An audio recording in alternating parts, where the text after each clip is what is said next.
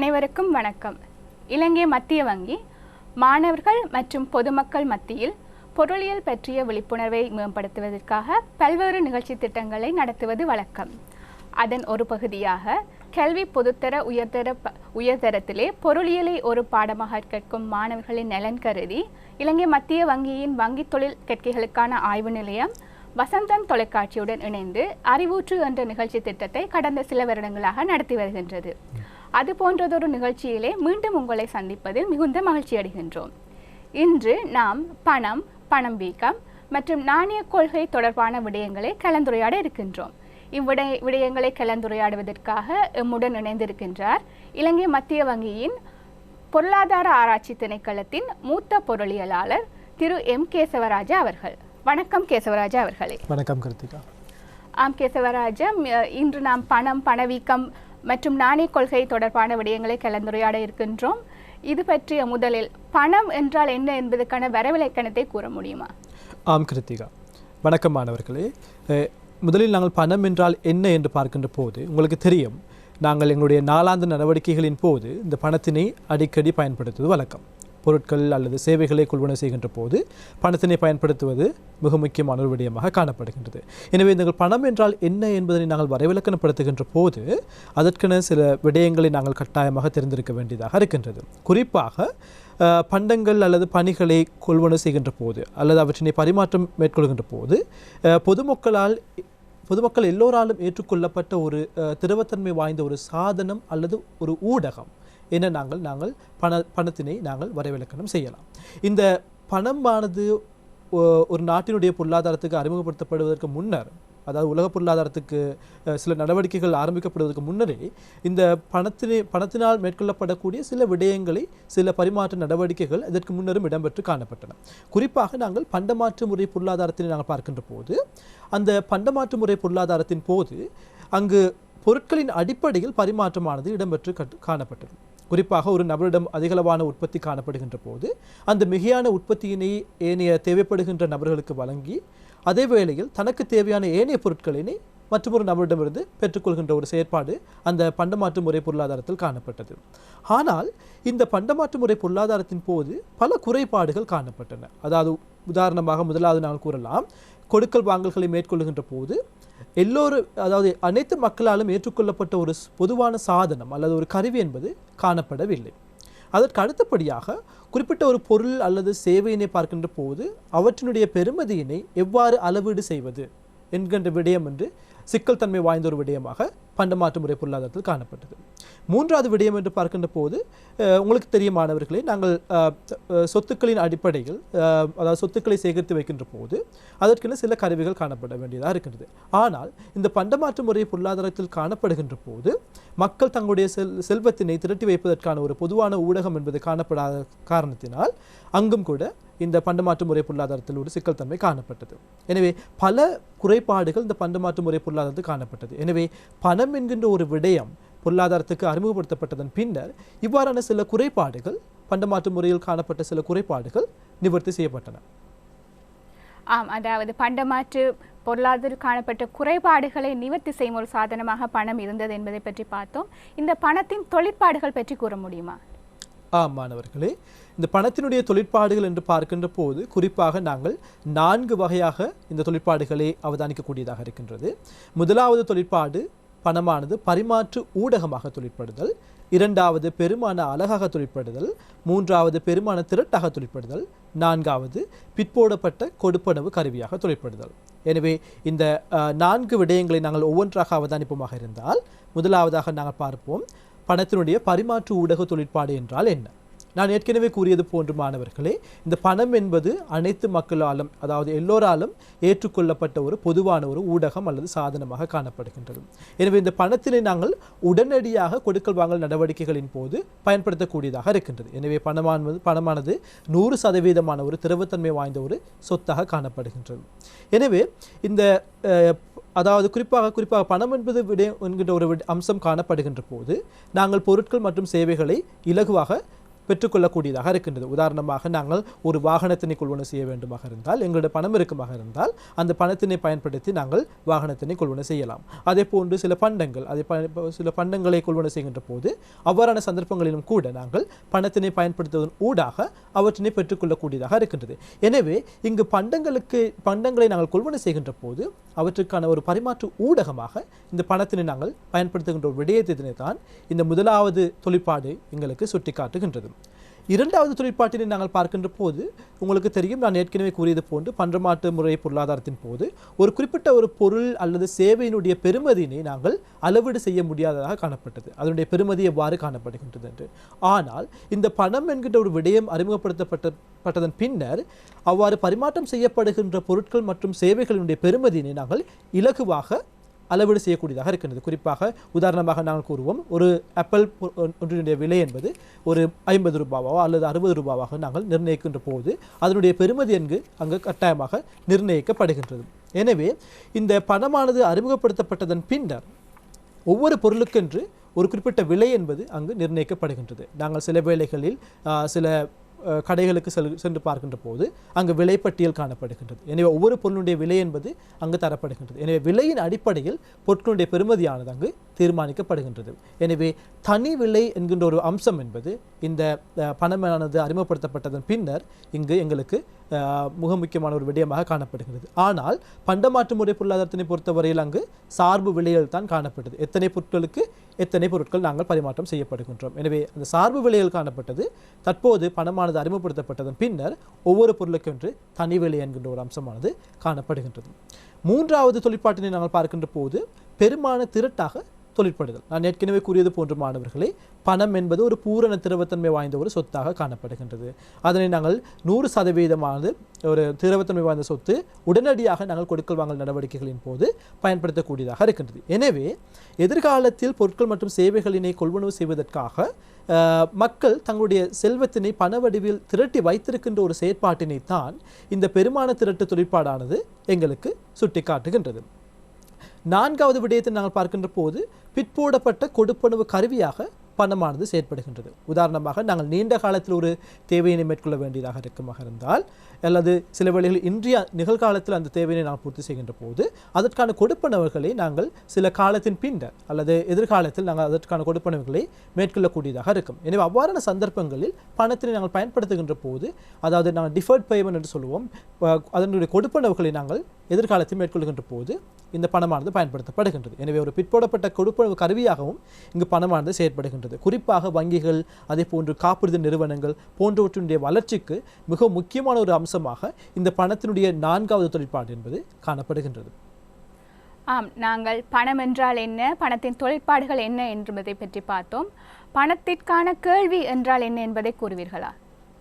ஆம், இந்த பணத்திற்கான கேள்வி என்று பார்க்கின்ற போது குறிப்பாக குறிப்பிட்ட ஒரு காலப்பகுதியில் மக்கள் சில நோக்கங்கள் கருதி வைத்திருக்க விரும்புகின்ற பணத்தினுடைய அளவு தான் இந்த பணத்துக்கான கேள்வி என்று நாங்கள் கூறுகின்றோம். இந்த பணத்துக்கான கேள்வியினை மற்றொரு பெயரிலும் சொல்லலாம், திரவ தேர்வு அல்லது திரவத்தன்மை முன்னுரிமை என்று நாங்கள் கூறுகின்றோம். இந்த பணத்துக்கான கேள்வியினை பார்க்கின்ற போது மிக முக்கியமாக 3 நோக்கங்களின் காரணமாக பணத்துக்கான கேள்வியானது தோற்றம் பெறுகின்றது. முதலாவது நோக்கம் கொடுக்கல் வாங்கல் நோக்கம், இரண்டாவது பாதுகாப்பு நோக்கம், மூன்றாவது உத்தேச நோக்கம். இந்த 3 விடயங்களை நாங்கள் ஒவ்வொன்றாக அவதானிப்பமாக இருந்தால், முதலாவதாக கொடுக்கல் வாங்கல் நோக்கத்தை நாங்கள் பார்க்கின்ற போது உங்களுக்கு தெரியும் மாணவர்களே, ஒவ்வொருடைய வருமானம் என்பது மாதத்திற்கு ஒரு முறை தான் பெற்றுக்கொள்ளக்கூடியதாக இருக்கின்றது. ஆனால் செலவினம் என்பது ஒவ்வொரு நாளும் தினமும் இடம்பெற்ற வண்ணமாகத்தான் இருக்கின்றது. குறிப்பாக சில வேளைகள் பணிக்கு செல்கின்ற உங்களுடைய வீட்டில் இருக்கின்ற நபர்கள் பணிக்கு செல்கின்ற போது அவருடைய வருமானம் என்பது மாதாந்தம் பெற்றுக்கொள்ளப்படுகின்றது. ஆனால் சில வேளைகளில் பொது போக்குவரத்தினை பயன்படுத்துகின்ற போது தினமும் அந்த பொது போக்குவரத்து சேவைக்காக செலவினை மேற்கொள்ள வேண்டியதாக இருக்கின்றது.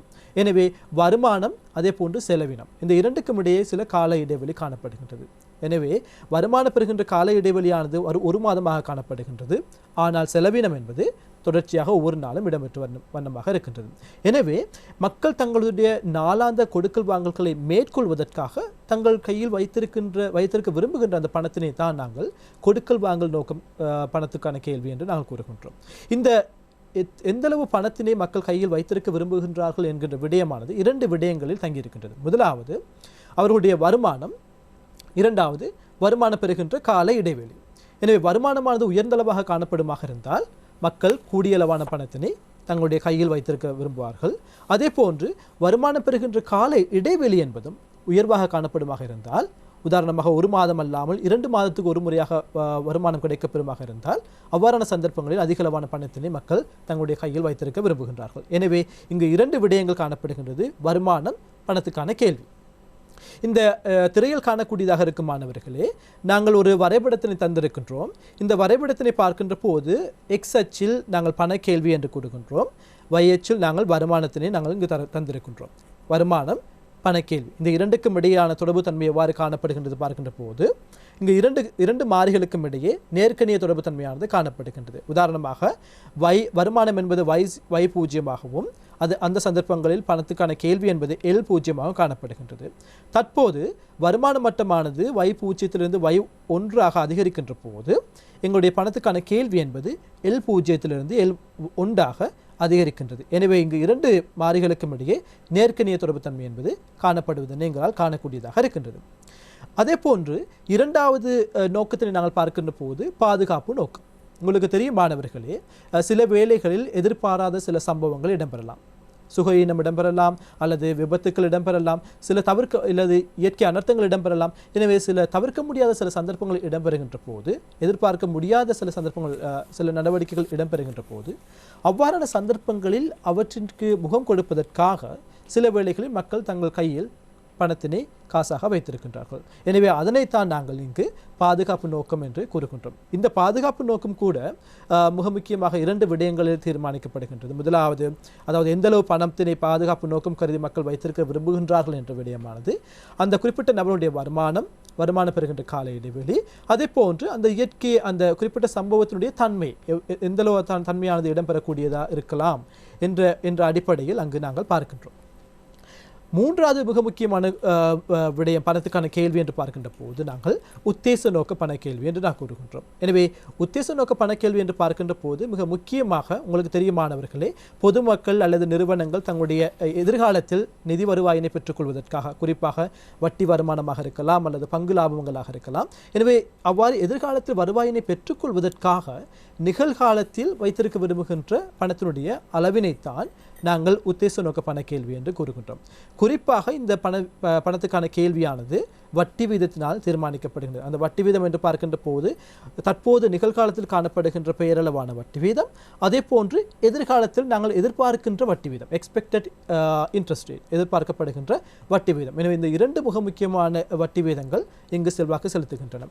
நாங்கள் வரைபடத்தினை பார்க்கின்ற போது குறிப்பாக மாணவர்களே, இந்த வரைபடத்தில் உங்களால் அவதானிக்கக்கூடியதாக இருக்கின்றது. ஆரம்பத்தில் நாங்கள் வட்டி வீதமானது R0 தரப்படுகின்றது. அவ்வாறான சந்தர்ப்பங்களில் L 0 பணத்துக்கான கேள்வி காணப்படுகின்றது.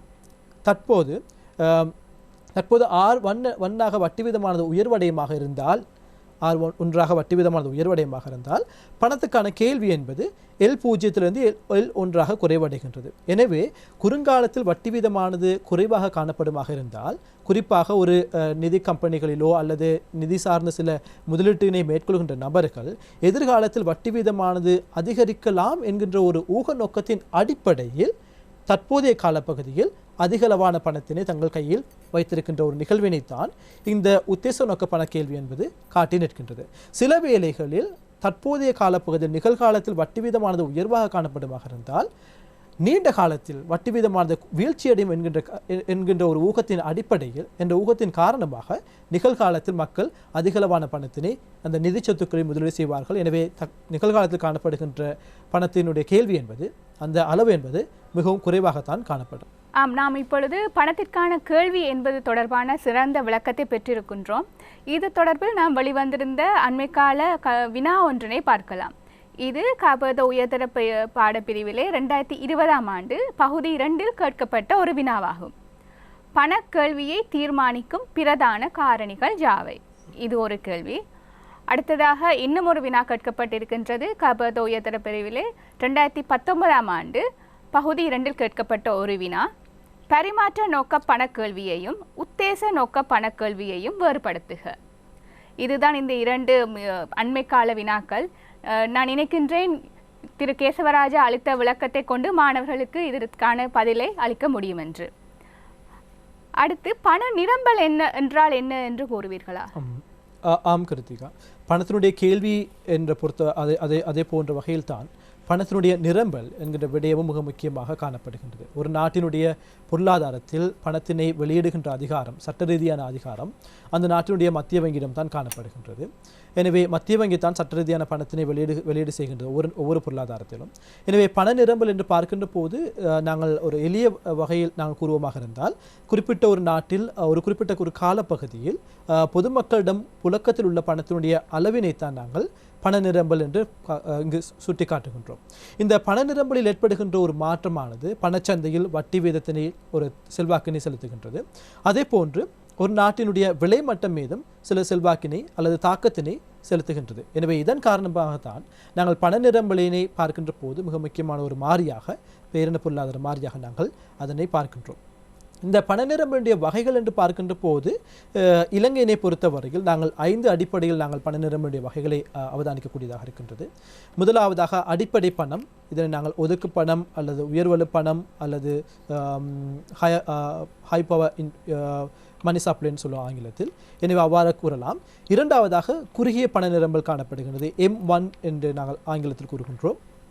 மூன்றாவதாக விரிந்த பண நிரம்பல். நான்காவதாக சீராக்கம் செய்யப்பட்ட விரிந்த பண நிரம்பல் M2B. ஐந்தாவதாக நிதியியல் அளவீடு. எனவே இந்த 5 அடிப்படையில் பண நிரம்பலுடைய வகைகள் இலங்கையில் காணப்படுகின்றது.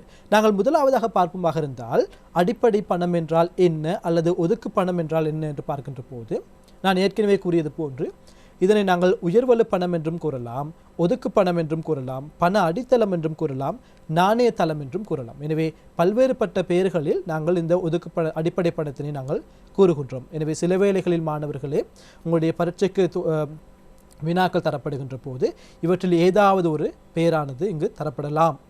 எனவே இந்த விடயத்தினை கட்டாயமாக மாணவர்கள் தெரிந்து கொள்ள வேண்டியதாக இருக்கின்றது. இந்த அடிப்படை பணம் என்பது மிக முக்கியமான ஒரு விடயமாக காணப்படுகின்றது மத்திய வங்கியினை பொறுத்தவரையில் தன்னுடைய நாணய கொள்கையினை நடைமுறைப்படுத்துகின்ற போது. இந்த அடிப்படை பணத்தில் காணப்படுகின்ற மிக முக்கியமான விடயங்களை நாங்கள் பார்க்கின்ற போது, சில கூறுகளை நாங்கள் பார்க்கின்ற போது, முதலாவது கூறு நான் RM என்று இந்த சமன்பாட்டினை தந்திருக்கின்றேன், ரிசர்வ் மணி, அதாவது ஒதுக்கு பணம். அந்த ஒதுக்கு பணத்தில் வருகின்ற 3 மிக முக்கியமான விடயம். முதலாவது சுற்றோட்டத்தில் உள்ள நாணயம். இந்த சுற்றோட்டத்தில் உள்ள நாணயம் என்று பார்க்கின்ற போது அங்கு 2 வகையான விடயங்கள் கருத்தில் கொள்ளப்பட வேண்டும். முதலாவது பொதுமக்களின் வசம் உள்ள நாணயம், இரண்டாவது வணிக வங்கிகளின் வசம் உள்ள நாணயம். இலங்கையினை பொறுத்தவரையில் வணிக வங்கிகள் வசமுள்ள நாணயம் நாங்கள் டில் கேஷ் பேலன்ஸ் என்ற ஆங்கிலத்தில் கூறுகின்றோம். அதனுடைய அளவு என்பது மிகவும் சிறிதளவாகத்தான் காணப்படுகின்றது. பொதுமக்களின் வசமுள்ள நாணயம் என்பது மிக உயர்ந்தளவாக காணப்படுகின்றது சுற்றோட்டத்தில் உள்ள நாணயம் என்கின்ற அந்த அடிப்படைகள். இரண்டாவதாக நாங்கள் பார்க்கின்ற போது மத்திய வங்கியில் உள்ள வணிக வங்கிகளுடைய வைப்புக்கள். குறிப்பாக உங்களுக்கு தெரியுமானவர்களே, அதாவது வணிக வங்கிகளிடம் நாங்கள் வைப்புகளை மேற்கொள்கின்ற போது அந்த குறிப்பிட்ட வைப்புகளில் மொத்த வைப்பு பொறுப்புகளில் குறிப்பிட்ட ஒரு சதவீதமான பகுதியினை ஒவ்வொரு வணிக வங்கிகளும் மத்திய வங்கியிடம் வைப்பாக பேண வேண்டியதாக இருக்கின்றது. எனவே அந்த விடயம்தான் இங்கு மத்திய வங்கியில் உள்ள வணிக வங்கிகளுடைய வைப்புகள் என்கின்ற விடயத்துக்கு நாங்கள் உள்வாங்குகின்றோம். மூன்றாவது விடயம் மத்திய வங்கியில் உள்ள அரச முகவர் நிறுவனங்களுடைய வைப்புகள். எனவே இந்த விடயமும் கூட அரச முகவர் நிறுவனங்களுடைய வைப்புகளும் கூட ஒரு சிறிதளவான ஒரு பெருமதியாகத்தான் காணக்கூடியதாக இருக்கின்றது. எனவே மாணவர்கள் சில வேளைகளில் மத்திய வங்கியுடைய ஆண்டறிக்கையினை வாசிக்கின்ற போது இவ்வாறான இவற்றினுடைய பெருமதிகளை சற்று பார்க்கக்கூடியதாக இருக்கும். அடுத்ததாக மிக முக்கியமான விடயம் என்று பார்க்கின்ற போது குறுகிய பண நிரம்பல் நாங்கள் M1 என்று கூறுகின்றோம். இந்த குறுகிய பண நிரம்பலுக்கு உள்வாங்கப்படுகின்ற 2 விடயங்கள் காணப்படுகின்றது. ஏற்கனவே நான் கூறியுள்ளேன், ஒதுக்கு பணம் தரப்படுகின்றது. எனவே இந்த குறுகிய பண நிரம்பலுக்கு உள்வாங்கப்படுகின்ற மிக முக்கியமான விடயம் பொதுமக்களின் கையில் உள்ள பணத்தினுடைய அளவு, அவற்றுக்கு மேலதிகமாக வணிக வங்கிகளில் பொதுமக்களின் பெயரில் காணப்படுகின்ற கேள்வி வைப்புகள், டிமாண்ட் டெபாசிட்ஸ். எனவே இந்த 2 விடயங்களும் உள்வாங்கியது தான் குறுகிய பண நிரம்பல் M1. அதே போன்று விரிந்த பண நிரம்பலை நாங்கள் பார்க்கின்ற போது M2 என்கின்ற விடயத்தினை பார்க்கின்ற போது இங்கு நாங்கள் M1க்கு மேலதிகமாக, அதாவது குறுகிய பண நிரம்பலுக்கு மேலதிகமாக உங்களுக்கு தெரியுமானவர்களே வணிக வங்கிகளில் பொதுமக்கள் வைத்திருக்கின்ற சில தவணை வைப்புகள், ஃபிக்ஸ்ட் டிபாசிட் அல்லது நிலையான வைப்புகள், அதே போன்று சேமிப்பு வைப்புகள் காணப்படுகின்றன. எனவே இந்த M1க்கு மேலதிகமாக வணிக வங்கிகளில் பொதுமக்களால் வைத்திருக்கப்படுகின்ற தவணை மற்றும் சேமிப்பு வைப்புகள் போன்ற விடயங்கள் உள்வாங்கியது தான் இங்கு விரிந்த பண நிரம்பல் என்கின்ற அம்சத்திற்குள் நாங்கள் காட்டுகின்றோம். அடுத்த மிக முக்கியமான விடயம் என்பது திரட்டப்பட்ட விரிந்த பண நிரம்பல், அதாவது M2B என்று கூறுகின்றோம். எனவே இங்கு M2B என்கின்ற விடயத்திற்குள் M2 என்பதற்கு மேலதிகமாக 2 விடயங்களை நாங்கள் பார்க்க வேண்டியதாக இருக்கின்றது. முதலாவது விடயம், வணிக வங்கிகளில் வதியாதோர் வெளிநாட்டு நாணய கணக்குகளில் பொதுமக்களுக்கு சொந்தமான தவணை மற்றும் சேமிப்பு வைப்புகள். எனவே இந்த தவணை வைப்பு சேமிப்பு வைப்புகளில் நாங்கள் 50% நாங்கள் இங்கு கருத்தில் கொள்கின்றோம் M2B என்கின்ற ஒரு பண நிரம்பலை கணிப்பீடு செய்கின்ற போது. இவற்றுக்கு மேலதிகமாக உங்களுக்கு தெரியுமானவர்களே, இலங்கையை பொறுத்தவரையிலும் கூட வெளிநாட்டு நாணயத்தின் அடிப்படையில் நாங்கள் வைப்புகளை மேற்கொள்ளலாம். அதே போன்று கடன்களையும் சில வணிக வங்கிகள் மேற்கொண்டு வருகின்றன. எனவே அந்த வெளிநாட்டு நாணய வங்கி கூறுகளில் உள்ள உள்நாட்டவருக்கு சொந்தமான சில வைப்புகளையும் நாங்கள் இங்கு உள்வாங்க வேண்டியதாக இருக்கின்றது. அதனை நாங்கள் foreign currency banking unit FCBU என்று நாங்கள் இங்கு ஆங்கிலத்தில் கூறுகின்றோம். எனவே அந்த விடயத்தினை நாங்கள் உள்வாங்குகின்ற போது நாங்கள் M2B என்கின்ற ஒரு விடயத்தினை நாங்கள் பெற்றுக்கொள்ளக்கூடியதாக இருக்கின்றது. 4வது அம்சம் என்று பார்க்கின்ற போது நிதியியல் அளவீடு M4 என்று நாங்கள் ஆங்கிலத்தில் கூறுகின்றோம். இந்த நிதியியல் அளவீட்டிற்குள் உள்வாங்கப்படுகின்ற மிக முக்கியமான விடயம் M2Bக்கு மேலதிகமாக உங்களுக்கு தெரியுமானவர்களே, சிறப்புரிமம் பெற்ற சில வங்கிகள் காணப்படுகின்றன, ஸ்பெஷலைஸ்ட் லைசன்ஸ் பேங்க். அதே போன்று சிறப்புரிமம் பெற்ற நிதி கம்பெனிகளும் காணப்படுகின்றன. எனவே இந்த சிறப்புரிமம் பெற்ற வணிக வங்கிகள், அதே போன்று சிறப்புரிமம் பெற்ற நிதி கம்பெனிகள் போன்றவைகளும் கூட வைப்புகளை பொதுமக்களிடமிருந்து பெற்றுக்கொள்கின்றார்கள். எனவே இவற்றில் காணப்படுகின்ற தவணை மற்றும் சேமிப்பு வைப்புகளையும் உள்ளடக்கியது தான் இங்கு நிதியியல் அளவீடு என்கின்ற அந்த பண நிரம்பலானது காணப்படுகின்றது. எனவே இந்த பண நிரம்பலுடைய அளவீடு என்பது கூடி கூடி செல்கின்ற போது அவற்றுடைய திரவத்தன்மை மட்டம் என்பது குறைவடைந்து கொண்டு செல்வதனை நாங்கள் அவதானிக்கக்கூடியதாக இருக்கின்றது. நாம் இப்பொழுது பண நிரம்பல் தொடர்பான விரிவான விளக்கத்தை பெற்றிருக்கின்றோம். ஒதுக்கு பணம் மற்றும் பண நிரம்பல் இவை இரண்டுக்கும் இடையிலான தொடர்பு பற்றி கூற முடியுமா? ஆம் கிருத்திகா, மாணவர்கள் கட்டாயமாக தெரிந்திருக்க வேண்டிய ஒரு அம்சமாக காணப்படுகின்றது. ஒதுக்கு பணம் நாங்கள் ஏற்கனவே பார்த்திருந்தோம். மிக முக்கியமாக 3 வகையான அம்சங்களே அந்த ஒதுக்கு பணமானது கொண்டிருக்கின்றது. எனவே இலங்கை மத்திய வங்கியும் கூட தங்களுடைய நாணய கொள்கையினை நடைமுறைப்படுத்துகின்ற போது இந்த ஒதுக்கு பணத்தின் மீது அதிகளவான கரிசனையினை கொண்டிருக்கின்றது. எனவே இந்த ஒதுக்கு பணம் அதனுடைய அளவும் ஒரு நாட்டில் காணப்படுகின்ற மொத்த பண நிரம்பலுடைய அளவு என்று பார்க்கின்ற போது அங்கு சில வேறுபாடுகள் காணப்படுகின்றன. இந்த வேறுபாட்டிற்கு மிக முக்கியமான காரணி யாது? இது மிக முக்கியமான அம்சமாக காணப்படுகின்றது. மாணவர்கள் கட்டாயமாக தெரிந்திருக்க வேண்டியதாக இருக்கின்றது. இந்த ஒதுக்கு பணத்திற்கும் நாட்டில் காணப்படுகின்ற மொத்த பண நிரம்பலுக்கும் இடையே அந்த தொடர்புத்தன்மையினை ஏற்படுத்துகின்ற மிக முக்கியமான மாறியாக காணப்படுவது பணப்பெருக்கி, மணி மல்டிப்ளேயர் என்று நாங்கள் கூறுகின்றோம். எனவே பொதுவாக ஒரு நாட்டினுடைய பண நிரம்பல் அதனுடைய ஒதுக்கு பணத்தினை விட உயர்வாக காணப்படுவதனை எங்களால் காணக்கூடியதாக இருக்கின்றது. நான் ஒரு சிறிய ஒரு சமன்பாட்டின் ஊடாக இந்த 2 மாறிகளுக்கும் இடையே காணப்படுகின்ற தொடர்புத்தன்மையினை நான் விளங்கப்படுத்தி இருக்கின்றேன். குறிப்பாக இங்கு பண நிரம்பலானது எவ்வாறு பெற்றுக்கொள்ளப்படுகின்றது, அதாவது ஒரு நாட்டில் காணப்படுகின்ற மொத்த பண நிரம்பலானது ஒதுக்கு பணத்தினை நாங்கள் பணப்பெருக்கினால் பெருக்குவதன் ஊடாக நாங்கள் மொத்தமான பண நிரம்பலினை பெற்றுக்கொள்கின்றோம். குறிப்பாக இந்த சமன்பாட்டினை நாங்கள் மற்றொரு வடிவத்திலும் நாங்கள் கூறலாம். அதாவது பணப்பெருக்கியினை நாங்கள் எழுவாயாக கொண்டு காணப்படுகின்ற போது மொத்த நாட்டில் காணப்படுகின்ற பண நிரம்பலினை ஒதுக்கு பணத்தினால் பிரிக்கின்ற போது எங்களுக்கு பணப்பெருக்கினை நாங்கள் பெற்றுக்கொள்ளக்கூடியதாக இருக்கின்றது. அதாவது இங்கு நான் சமன்பாட்டினை மிக தெளிவாக தந்திருக்கின்றேன். ஒரு நாட்டில் காணப்படுகின்ற பண நிரம்பலுக்கும் நாணயத்தளத்துக்கும் இடையிலான அந்த தொடர்புத்தன்மையை காட்டுகின்ற பணப்பெருக்கியினை நாங்கள் எவ்வாறு பெற்றுக்கொள்ளலாம் என்று. அண்மை காலத்தில் இலங்கையினை நாங்கள் பார்க்கின்ற போது மாணவர்களே, பணப்பெருக்கியானது 2020ஆம் ஆண்டு காலப்பகுதியில் 9.75 காணப்படுகின்றது. அதாவது ஒதுக்கு பணத்தில் ஏற்படுகின்ற ₹1 அதிகரிப்பு என்பது மொத்த பண நிரம்பலில், அதாவது ஒட்டுமொத்தமான பண நிரம்பலில் 9.75 அதிகரித்து காணப்படுகின்றது. எனவே இங்கு பணப்பெருக்கி என்பது இவ்வாறு தான் காணப்படுகின்றது. 2017ஆம் ஆண்டு தொடக்கம் நாங்கள் அவதானிக்கின்ற போது பணப்பெருக்கினுடைய அளவு என்பது இலங்கையினை பொறுத்தவரையில் அதிகரித்து கொண்டு செல்வதனை நாங்கள் காணக்கூடியதாக இருக்கின்றது. ஆம், நாம் இது தொடர்பில் பணப்பெருக்கி மற்றும் ஒதுக்கு பணம் தொடர்பில் கேட்கப்பட்ட கடந்த கால வினா ஒன்றினை பார்க்கலாம். இது பொருளியல் பாடத்திலே 2020ஆம் ஆண்டு கேட்கப்பட்ட ஒரு வினாவாகும். கருதுகோள் ரீதியான ஒரு பொருளாதாரத்தில் குறிப்பிட்டதொரு காலப்பகுதியில் மொத்த பண கையிருப்புகள் அதாவது எம் என கொள்க 6400 பில்லியன் ரூபாவாகவும் பொதுமக்களால் பேணப்படும் வங்கி வைப்புகள் அதாவது டி என கொள்க 5200 பில்லியன் ரூபாவாகவும் நியதி ஒதுக்கு வீதம் 10ஆகவும் வங்கிகள் வசமுள்ள மிகை ஒதுக்குகளின் அளவு 280 பில்லியன் ரூபாவாகவும் இருந்ததென கருதுக. முதலாவது கேள்வி, இப்பொருளாதாரத்தில் காணப்பட்ட உயர் வலுப்பணத்தின் அளவு யாது? இரண்டாவது கேள்வி, பணப்பெருக்கியின் பெறுமதி யாது? இது தொடர்பான ஒரு விடையை தெளிவாக கூற முடியுமா திரு கேசவராஜா அவர்களே? ஆம் கிருத்திகா, இங்கே மிக முக்கியமாக 2 விடயங்கள் மாணவர்களிடம் கேட்கப்படுகின்றது. முதலாவதாக உயர்வலு பணத்தினை நாங்கள் கணிப்பீடு செய்ய வேண்டியதாக இருக்கின்றது. அதாவது நான் ஏற்கனவே கூறியது போன்று ஒதுக்கு பணத்தினை கணிப்பீடு செய்ய வேண்டியதாக இருக்கின்றது.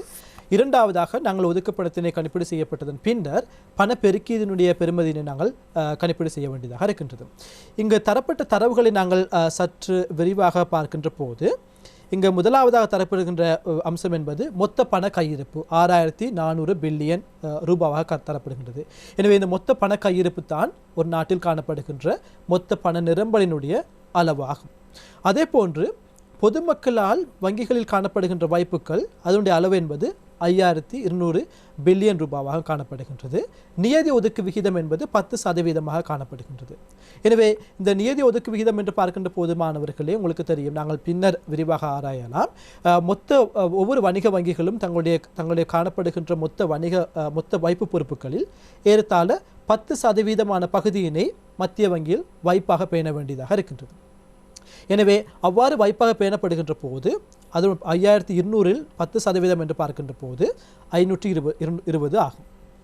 நாங்கள் இங்கு சமன்பாட்டிற்கு வருவோமாக இருந்தால் நான் ஏற்கனவே கூறியது போன்று உயர்வலு பணம் அல்லது ஒதுக்கு பணம் என்று பார்க்கின்ற போது 3 மிக முக்கியமான அம்சங்கள் காணப்படுகின்றது. முதலாவது பொதுமக்களின் கையில் உள்ள காசு, அதே போன்று வணிக வங்கியிடம் காணப்படுகின்ற பணத்தினுடைய அளவு.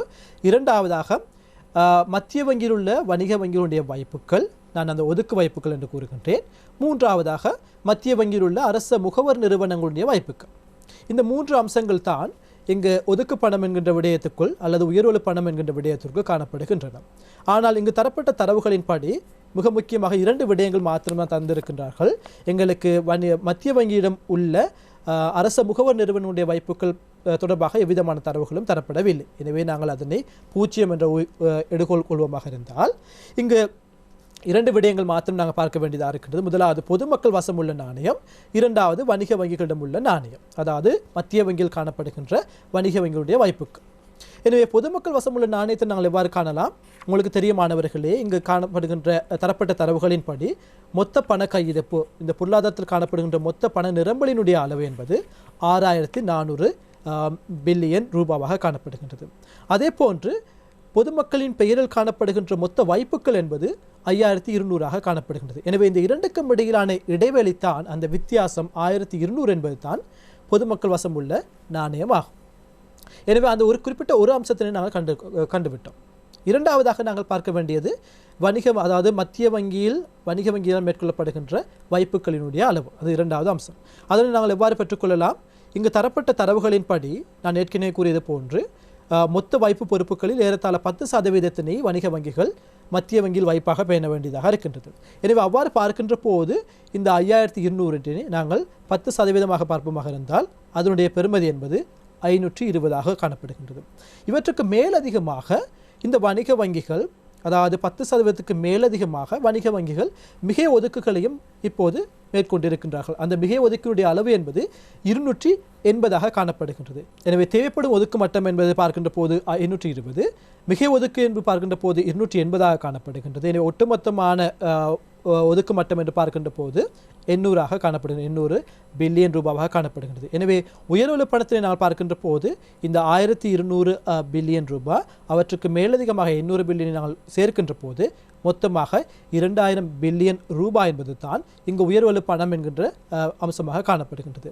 எனவே நாங்கள் உயர்வலு பணத்தினை நாங்கள் கண்டுவிட்டோம் மாணவர்களே.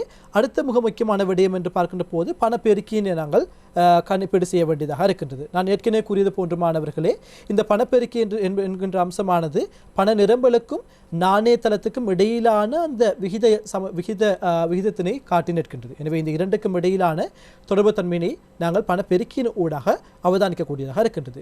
எனவே தரப்பட்ட தரவுகளின்படி ஒட்டுமொத்தமான பண நிரம்புடைய அளவு என்பது 6400 பில்லியன் ரூபாய்.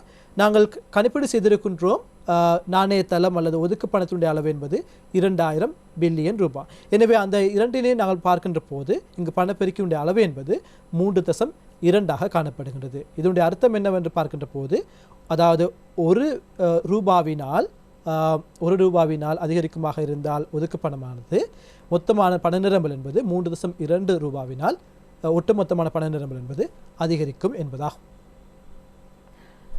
மாணவர்களே, உங்களுக்கு தெரியும் பொருளியலில் பல்வேறு கோட்பாடுகள் காணப்படுகின்றன. அந்த வகையில் பொது விலை மட்டம் மற்றும் பண நிரம்பலுடன் தொடர்பட்ட முக்கியமான ஒரு கோட்பாடு பணக்கணிய கோட்பாடு. இந்த கோட்பாடு பற்றி விளக்கத்தை தர முடியுமா? இந்த பணக்கணிய கோட்பாடு என்று பார்க்கின்ற போது அடிக்கடி உயர்தரத்தில் வினாவப்படுகின்ற ஒரு விடயமாக காணப்படுகின்றது. அண்மை காலங்களில்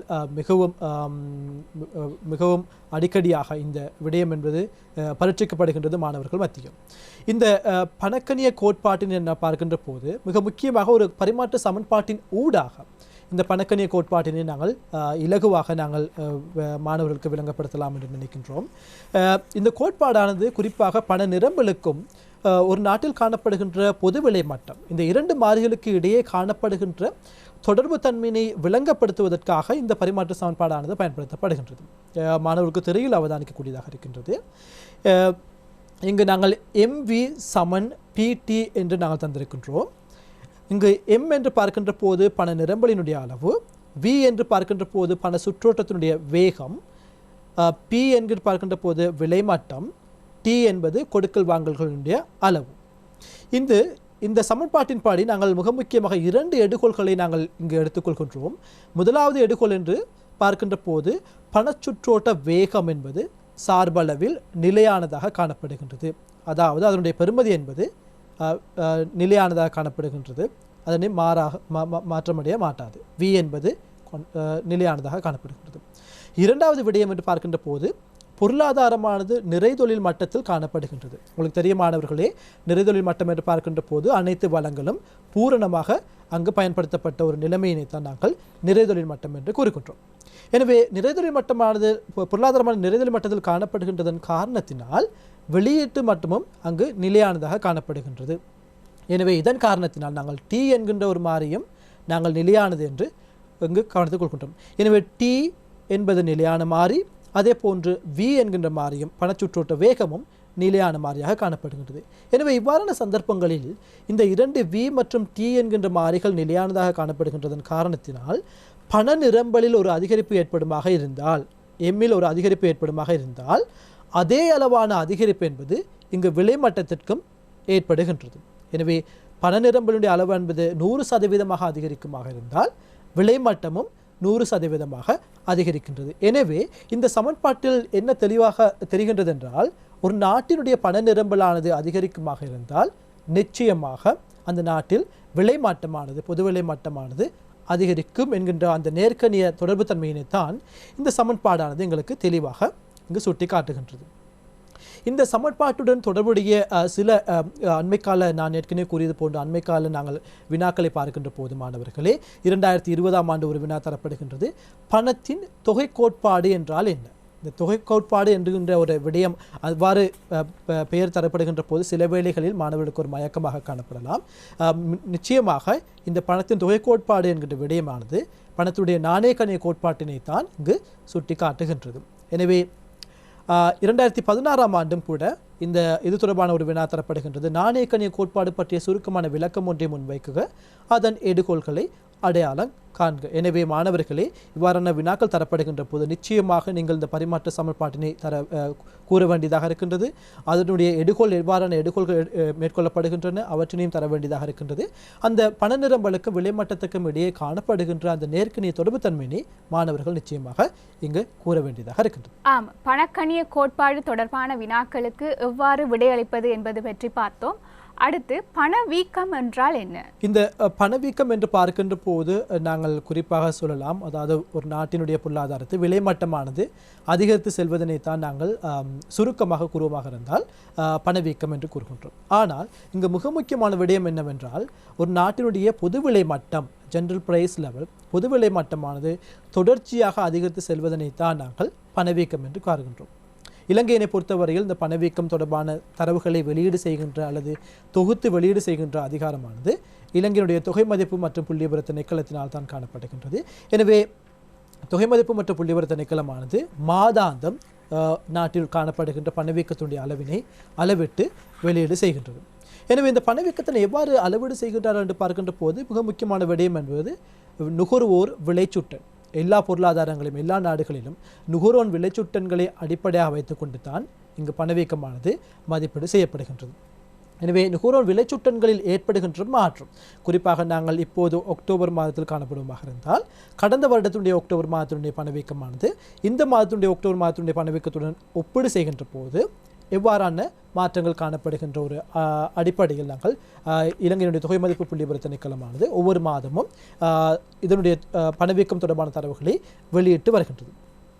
இந்த பணவீக்கத்தினை எவ்வாறு கணிப்பிடலாம் என்று நாங்கள் பார்க்கின்ற போதுமானவர்களே, குறிப்பாக சில அம்சங்களை நாங்கள் கட்டாயமாக தெரிந்திருக்க வேண்டியதாக இருக்கின்றது. முதலாவது அம்சம் அடியாண்டு, இரண்டாவது அம்சம் எவ்வாறான புவியியல் உள்ளடக்கம், ஜியோகிராஃபிக்கல் கவரேஜ் எவ்வாறான விடயக்கம் காணப்படுகின்றது, மூன்றாவதாக எவ்வாறு ஒவ்வொரு பொருளுக்கும் நிறையிடல்கள் மேற்கொள்ளப்பட்டிருக்கின்றார்கள் என்று. உங்களுக்கு தெரியுமானவர்களே, கொழும்பு நுகர்வோர் விளைச்சுட்டன் என்கின்ற ஒரு அம்சம் என்பது காணப்படுகின்றது. கடந்த காலங்களில் தொகை மதிப்பு புள்ளிவிவர திணைக்களமானது கொழும்பு நுகர்வோர் விளைச்சுட்டனின் அடியாண்டாக 2006 மற்றும் 2007 என்கின்ற அம்சத்தினை அடிப்படையாக வைத்துக்கொண்டு பணவீக்கத்தினை அளவிட்டு வெளியீடு செய்து வந்திருந்தது. ஆனால் அண்மை காலத்தில் நாங்கள் பார்க்கக்கூடியதாக இருக்கின்றது, இந்த பணவீக்கத்தினை வெளியீடு செய்கின்ற போது அதனுடைய அடியாண்டு என்பது 2013 மாற்றியமைக்கப்பட்டிருக்கின்றது. உங்களுக்கு தெரியுமானவர்களே, மக்களுடைய வருமானம் அதே போன்று செலவீட்டினுடைய போக்கு என்பது ஒவ்வொரு வருடமும் மாற்றமடைந்து கொண்டே செல்கின்றது. எனவே அந்த செலவீட்டு போக்கினை நாங்கள் கட்டாயமாக இங்கு கருத்து கொள்ள வேண்டியதாக இருக்கின்றது. அவ்வாறு கருத்து கொண்டு தான் இங்கு அடியாண்டு என்கின்ற ஒரு அம்சமானது தொகை மதிப்பு மற்றும் புள்ளிவிவர திணைக்களமானது கவனத்தில் கொண்டிருக்கின்றது. மாணவர்களுக்கு இந்த நான் ஒரு அட்டவணையை தந்திருக்கின்றேன். இந்த அட்டவணையின் படி சில விடயங்களை கட்டாயமாக தெரிந்திருக்கக்கூடியதாக இருக்கும் மாணவர்களே. நாங்கள் கொழும்பு நுகர்வோர் விளைச்சுட்டன் அடியாண்டு 2006 மற்றும் 2007 என்ற விடயத்தை பார்க்கின்ற போது அங்கு உணவிற்கான நிறையிடல் என்று பார்க்கின்ற போது 41%, உணவல்லா பண்டங்களுக்கான நிறையிடல் என்பது 58.97% காணப்படுகின்றது. அதே போன்று கொழும்பு நுகர்வோர் விளைச்சுட்டனை பார்க்கின்ற போது இங்கு உணவினுடைய நிறையிடல் என்பது 28.24 குறைவடைந்திருக்கின்றது. அதேவேளை உணவல்லா பண்டங்களுடைய நிறையிடல் என்பது 71.76 அதிகரித்து காணப்படுகின்றது. இந்த இரண்டு சுட்டெண்களும், இந்த இரண்டு கொழும்பு நுகர்வோர் விளைச்சுட்டன்களும் கொழும்பு மாவட்டத்தினுடைய அனைத்து நகர பிரதேசங்களையும் அடிப்படையாக வைத்துக் கொண்டு தான், எனவே அவ்வாறான பிரதேசங்களில் காணப்படுகின்ற விலைமட்டங்களுடைய போக்கினை அடிப்படையாக வைத்துக் கொண்டு தான் இந்த இரண்டு நுகர்வோர் விளைச்சுட்டன்களின் அடிப்படையில் பணவீக்கமானது கணிப்பீடு செய்யப்படுகின்றது. இந்த இரண்டு சுட்டன்களுக்கு மேலதிகமாக மற்றொரு சுட்டன் காணப்படுகின்றது, தேசிய நுகர்வோர் விளைச்சுட்டன். எனவே தேசிய நுகர்வோர் விளைச்சுட்டன் என்று பார்க்கின்ற போது இலங்கையில் காணப்படுகின்ற அனைத்து மாகாணங்களுடைய விலை போக்கினையும் பிரதிபலிக்கக்கூடிய வகையில் ஒரு சுட்டனானது தொகை மதிப்பு மற்றும் புள்ளிவிவர திணைக்களமானது தொகுத்து வெளியீடு செய்கின்றது. அதனுடைய அடியாண்டு என்பது 2013 காணப்படுகின்றது. எனவே இந்த சுட்டன்களிலும் கூட உணவிற்குடைய நிறையிடல் என்பது 44%, உணவல்லா பண்டங்களுடைய நிறையிடல் என்பது 55.96% காணப்படுகின்றது. எனவே இந்த நிறையிடலை மேற்கொள்ளுகின்ற போது கட்டாயமாக தொகை மதிப்பு மற்றும் புள்ளிவிவர திணைக்களமானது குறிப்பிட்ட சில ஆண்டுகளில் கணிப்பீடு செய்யப்பட்ட வருமானம் மற்றும் செலவினம் தொடர்பான சில தொகை மதிப்பீட்டினை அடிப்படையாக வைத்துக் கொண்டு தான் இவற்றினை மேற்கொண்டு வருகின்றார்கள். ஆம், நாம் பணவீக்கம் என்றால் என்ன, பணவீக்கத்தை எவ்வாறு கணிப்பிடலாம் என்பது தொடர்பில் பார்த்தோம். இப்பொழுது பணவீக்கத்தின் போக்குகள் அல்லது அசைவுகள் தொடர்பில் நமக்கு வரைபடத்தின் ஊடாக விளங்கப்படுத்த முடியுமா? இந்த பணவீக்கத்தினுடைய நான் மிக முக்கியமாக 3 விடயங்களை பார்த்தோம். 3 சில சுட்டன்களின் ஊடாக பணவீக்கமானது தொகை மதிப்பு புள்ளிவிவர திணைக்களத்தினால் வெளியீடு செய்யப்படுகின்றது. முதலாவதாக நாங்கள் பார்ப்போமாக இருந்த மாணவர்களே, முதன்மை பணவீக்கத்தினுடைய அசைவுகள் எவ்வாறு கடந்த காலங்களில் காணப்பட்டது என்று பார்ப்போமாக இருந்தால், இங்கு திரையில் அவதானிக்கக்கூடியதாக இருக்கும் ஒரு வரைபடத்தினை நான் தந்திருக்கின்றேன். கடந்த காலங்களை பொறுத்தவரையில் நான் இந்த சிகப்பு நிறத்தினால் தரப்படுகின்ற விடயமானது உணவு பணவீக்கத்தினையும், பச்சை நிறத்தால் தரப்படுகின்ற அம்சமானது உணவல்லா பணவீக்கத்தினையும், இந்த இரண்டு பணவீக்கத்தை உள்ளடக்கிய வகையில் முதன்மை பணவீக்கமானது கணிப்பீடு செய்யப்படுகின்றது. அதனுடைய பெருமதியானது இங்கு கருப்பு நிறத்தினாலும் நான் தந்திருக்கின்றேன். எனவே கடந்த காலங்களில் நீங்கள் பார்க்கின்ற போதுமானவர்களே, அதாவது உணவு பணவீக்கத்தினுடைய அளவு என்பது ஏறத்தாழ 10% மேற்பட்ட அளவில் காணப்படுவதனை எங்களால் காணக்கூடியதாக இருக்கின்றது.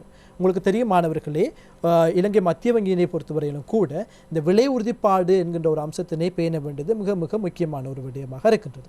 எனவே இந்த விலை உறுதிப்பாட்டினை பேணுவதற்காக மத்திய வங்கியானது நாணய கொள்கையை நடைமுறைப்படுத்துகின்றது.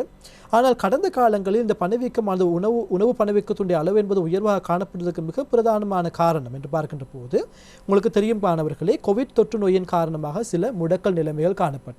எனவே சில போக்குவரத்து காணப்படுகின்ற சில சிக்கல்கள், அதே போன்று சில மரக்கறிகளோ அல்லது ஏனைய உணவு பண்டங்களுடைய பற்றாக்குறைகள் சந்தையில் காணப்பட்டதன் காரணத்தினால் அவற்றுடைய விலை மட்டங்கள் என்பது உயர்வாக காணப்பட்டதனை தான் இங்கு உணவு பணவீக்கத்தினுடைய ஒரு அதிகரிப்பு என்பது எங்களுக்கு பிரதிபலிக்கக்கூடியதாக இருக்கின்றது. அடுத்த மிக முக்கியமான அம்சம் என்று பார்க்கின்ற போது மைய பணவீக்கத்தினுடைய போக்கு. இங்கு மைய பணவீக்கம் என்று பார்க்கின்ற போது மாணவர்களே, உங்களுக்கு தெரிந்திருக்க வேண்டும், இந்த மைய பணவீக்கமானது அடிக்கடி விலைகளில் தளம்பல் அடைகின்ற சில பொருட்களுடைய விடயங்களை நீக்கியதன் பின்னர் பெற்றுக்கொள்ளப்படுகின்ற பணவீக்கம் தான் மைய பணவீக்கம். எனவே அடிக்கடி எவ்வாறான விடயங்களுடைய விலைகள் மாற்றம் அடைகின்றன என்று பார்க்கின்ற போது உணவு பண்டங்களுடைய விலைகள் மாற்றம் அடைகின்றன, அடிக்கடி தளம்பல் அடைகின்றன. அதே போன்று வலு, அதே போன்று போக்குவரத்து. எனவே இந்த 3 அம்சங்களுடைய விலைகள் அடிக்கடி மாற்றம் அடைந்து கொண்டு தான் இருக்கின்றன. எனவே அந்த 3 அம்சங்களையும் இந்த நுகர்வோர் விலைச்சுட்டினுடைய அந்த கூடையிலிருந்து நீக்கியதன் பின்னர் பெற்றுக்கொள்ளப்படுகின்ற பணவீக்கம் தான் மைய பணவீக்கம். எனவே இந்த மைய பணவீக்கம் என்கின்ற ஒரு அம்சம் தான் மத்திய வங்கியினை பொறுத்தவரையில் நாணய கொள்கையை நடைமுறைப்படுத்துகின்ற போது பயன்படுத்தப்படுகின்ற மிக முக்கியமான பணவீக்கத்தினுடைய அளவு. எனவே மைய பணவீக்கத்தினை அடிப்படையாக வைத்துக் கொண்டு தான் மத்திய வங்கியானது தன்னுடைய நாணய கொள்கையினை நடைமுறைப்படுத்தும். இந்த மைய பணவீக்கத்தினை சில வேளைகளில் கடந்த காலங்களில் மாணவர்களுக்கு தெரியும், அதாவது அடிப்படை பணவீக்கம் என்றும் கூற வினாப்பத்திரங்களில் வினாப்படுவது வழக்கம், அண்டர்லையிங் இன்ஃப்ளேஷன். எனவே அவ்வாறான சந்தர்ப்பங்கள் காணப்படுகின்ற போது அது இந்த மைய பணவீக்கத்தினை தான் சுட்டி காட்டுகின்றது. மிக முக்கியமான அடுத்த ஒரு அம்சம் என்று பார்க்கின்ற போது தேசிய நுகர்வோர் விலைச்சூட்டனில் கணிப்பீடு செய்யப்பட்ட பணவீக்கத்தினுடைய போக்கு. எனவே அதாவது நான் கூறியது போன்ற மாணவர்களே, இங்கு தேசிய நுகர்வோர் விலைச்சூட்டனில் கணிப்படுகின்ற பணவீக்கமானது நாட்டில் காணப்படுகின்ற ஒட்டுமொத்தமான அதாவது அனைத்து மாகாணங்களையும் உள்ளடக்கிய வகையில் அந்த பணவீக்கத்தினுடைய போக்கு என்பது காணப்படுகின்றது. எனவே அதனுடைய போக்கும் என்று பார்க்கின்ற போது அண்மை காலங்களில் உயர்வடைந்து செல்வதனை எங்களால் காணக்கூடியதாக இருக்கின்றது.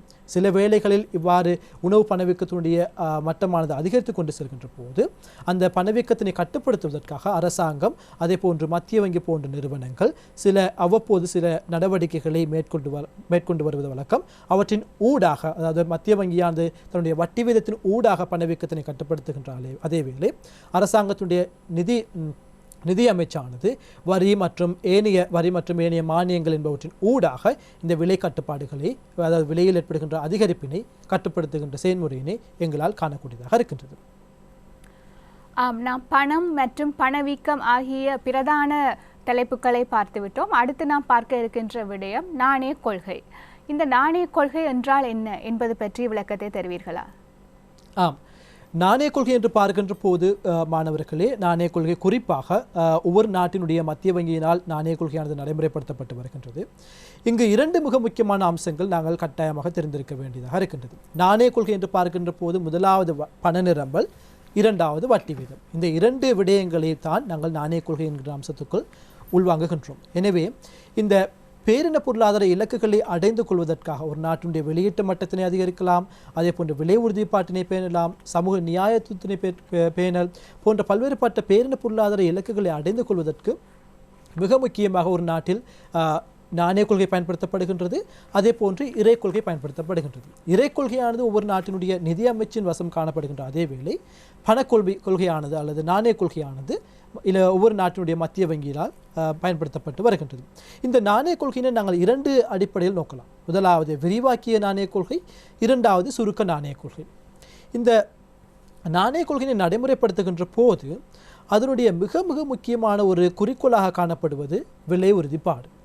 இலங்கையினை பொறுத்தவரையில் இலங்கை மத்திய வங்கியினுடைய 2 குறிக்கோள்கள் காணப்படுகின்றன. அதில் காணப்படுகின்ற முதலாவது மிக முக்கியமான குறிக்கோள் என்று பார்க்கின்ற போது விலை மற்றும் பொருளாதார உறுதிப்பாட்டினை ஏற்படுத்துதல். எனவே விலை மற்றும் பொருளாதார உறுதிப்பாடு என்று பார்க்கின்ற போது விலை உறுதிப்பாடு என்று பார்க்கின்ற போது அங்கு பணவீக்க மட்டத்தினுடைய அளவு என்பது குறைந்த மட்டத்திலே நாங்கள் பேணுகின்ற ஒரு செயல்முறையினை நாங்கள் காட்டுகின்றோம். எனவே இவ்வாறு விலை உறுதிப்பாடு காணப்படுமாக இருந்தால் அந்த விலை உறுதிப்பாடானது பொருளாதாரத்தில் ஏனைய அம்சங்களுக்கும் ஒரு சாதகமான போக்கினை அல்லது சாதகமான அம்சத்திற்கு இட்டுச் செல்கின்ற ஒரு அம்சத்தினை எங்களால் அவதானிக்கக்கூடியதாக இருக்கின்றது. இந்த நாணய கொள்கையினை நடைமுறைப்படுத்துகின்ற போது மத்திய வங்கியானது பல்வேறுபட்ட கருவிகளை பயன்படுத்துகின்றது. இந்த கருவிகளை நாங்கள் 2 வகையாக நோக்கலாம். முதலாவது தொகைசார் கருவிகள், இரண்டாவது பண்புசார் கருவிகள். தொகைசார் கருவிகள் என்று பார்க்கின்ற போது அங்கு கொள்கை வட்டி வீதங்கள், பகிரங்க சந்தை நடவடிக்கைகள், நியதி ஒதுக்கு விகிதம், அதே போன்று வங்கி வீதம் போன்ற 4 அம்சங்கள் காணப்படுகின்றன. பண்புசார் கருவிகள் என்று பார்க்கின்ற போது கடன் எல்லைகள், அதே போன்று மேல் நிதியிடல் வசதிகள், தார்மீக கடப்பாடுகள், அதே போன்று சில வேளையில் சில கடன் மீதான சில எல்லைகள் போன்ற அம்சங்களை நாங்கள் இங்கு காணக்கூடியதாக இருக்கின்றது பண்புசார் கருவிகளில். அடிக்கடி குறிப்பாக மத்திய வங்கியினை பொறுத்தவரையில் இலங்கை மத்திய வங்கியாக இருக்கலாம் அல்லது ஏனைய மத்திய வங்கிகளாக இருக்கலாம், குறிப்பாக இந்த தொகைசார் கருவிகளை தான் அடிக்கடி பயன்படுத்தப்பட்டு வருவதனை எங்களால் அவதானிக்கக்கூடியதாக இருக்கின்றது. இங்கு தொகைசார் கருவிகளில் காணப்படுகின்ற மிக முக்கியமான ஒரு அம்சம் கொள்கை வட்டி வீதங்கள். அந்த கொள்கை வட்டி வீதங்கள் இலங்கையினை பொறுத்தவரை 2 கொள்கை வட்டி வீதங்கள் காணப்படுகின்றன. முதலாவது துணை நீள் வைப்பு வசதி வீதம், அதனுடைய தற்போதைய மட்டம் என்பது 5% காணப்படுகின்றது. இரண்டாவது துணை நீள் கடன் வழங்கல் வசதி வீதம், அதனுடைய தற்போதைய மட்டம் என்பது 6% காணப்படுகின்றது. எனவே இந்த 2 கொள்கை வட்டி வீதங்களுக்கு ஏற்ற வகையில் சந்தை வட்டி வீதங்களும் அதனுடைய போக்கும் என்பது காணப்படுவதை எங்களால் காணக்கூடியதாக இருக்கின்றது.